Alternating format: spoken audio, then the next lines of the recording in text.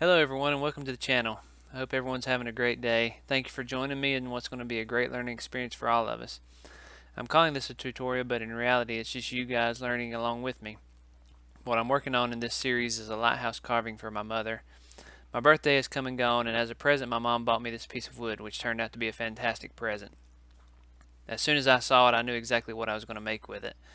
My mom loves lighthouses and the beach, so I'm going to try and make something out of it that I've never done before by carving this little lighthouse out of this piece of old cottonwood bark. The carving will be loosely based off of Cape Hatteras Lighthouse. Since we're from North Carolina, naturally we got to do a Cape Hatteras Lighthouse carving. If you guys have never been to the Outer Banks to see the lighthouses out there, you definitely should go sometime. Take a trip. It's definitely worth it. This carving isn't going to be exactly like Cape Hatteras, but it's okay. Something I've learned while carving is that your creation is your own. If you want it to be perfect, make it perfect. If you want it to be goofy looking or just a rough idea, then make it how you want it. I've only been carving for a little over a year now, off and on. I have a small assortment of tools at my disposal, so I often have to get creative with how I address problems that arise. Hopefully, if you're new to carving or just interested in getting started, these videos will help you, since I don't really have all the different tools that would be perfect for each situation. What I'm doing here is getting a general idea of where the key points of the lighthouse are going to fall within the piece of wood. I want to keep referencing my drawing as it's basically to scale. I usually draw my ideas out before I move forward with a carving. You don't always have to be an artist, just to get a general idea of how you want it to go and start whittling away. By the way, safety first. What I'm working on now is just trying to get all the rotten and loose bark off. If you've never worked with cottonwood bark before, you definitely should give it a try. It's my favorite medium to carve in, though it can be a bit expensive. Cottonwood bark is a true bark carving. We are not actually carving wood here, though I may reference it as such. This bark is harvested after the tree has died, and usually it takes about a year for the bark to fall away. It very well may be that I'm holding a 100-year-old piece of wood here. The problem with cottonwood bark is that some pieces can be extremely soft, and some pieces can be extremely hard. It all depends on what's happened to that piece of wood or bark at whatever given time in its history. It also can be very brittle, as we're going to find out here later on. But it's a lot of fun to work with. You just got to be a little bit careful with it. There isn't really a whole lot to see here, as I'm just trying to knock the outer layers of the bark off and get some more of the old rotten stuff out. I usually use my lower quality knives to do this.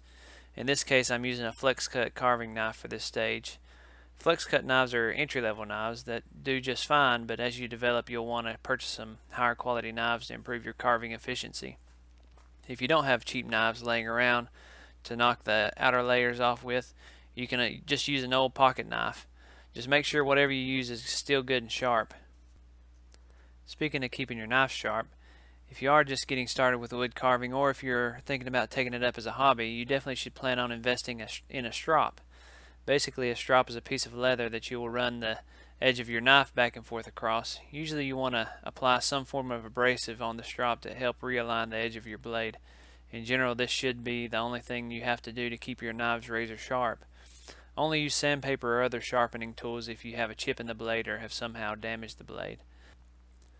So we're still hacking away here, trying to get back into the good part of the wood, or bark.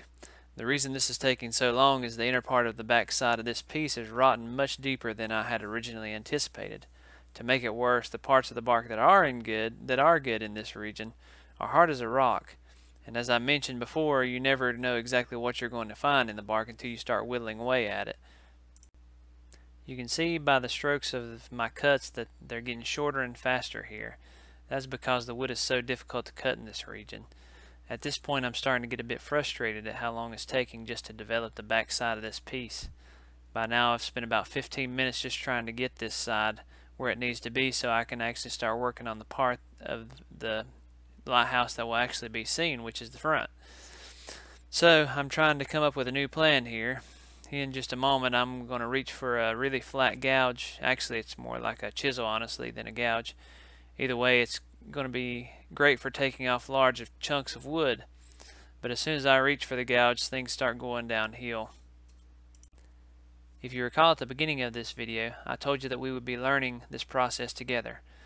Well, there are two important lessons that we're about to learn. First off, always keep track of where your blade is in reference to any bare skin.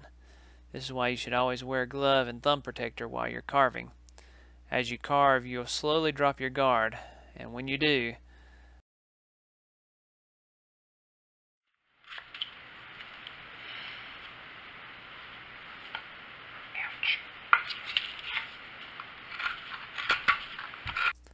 that short lapse in attention caused me to nick myself on the wrist. The second important thing to learn from this video is that cottonwood is super brittle.